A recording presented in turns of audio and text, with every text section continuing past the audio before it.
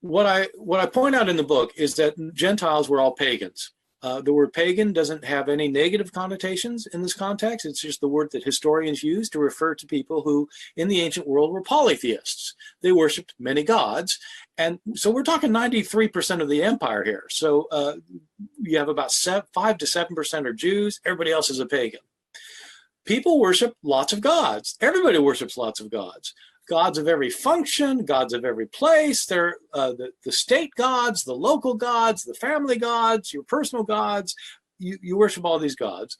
And you worship these gods because the gods can provide you with things you can't provide for yourself. We can't make sure that it rains, but the gods can provide rain.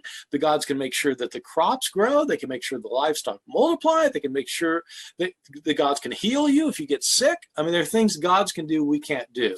That sounds like a good deal. Lots of gods to do lots of cool things. Well, every function has a god. So you have a god of crops, you have a god of weather, you have a god of war, you've got a god of love, you've got gods for everything.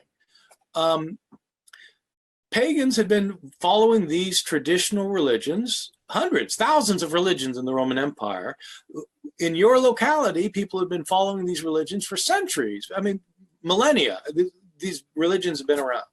Christians came along and said that their God was more powerful than any of the pagan gods, and in fact, than all the pagan gods put together. And so what Christians had to do was to convince pagans that their God could provide benefits better than the pagan gods.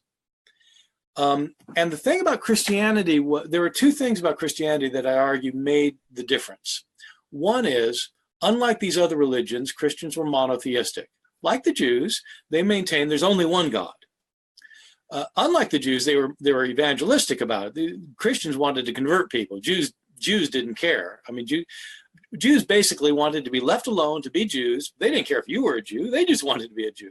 Christians wanted to convert people to their monotheism. And the thing that made them especially interesting in the story is that Christians were exclusivistic, which means they said, we're right, and since we're right, you are wrong.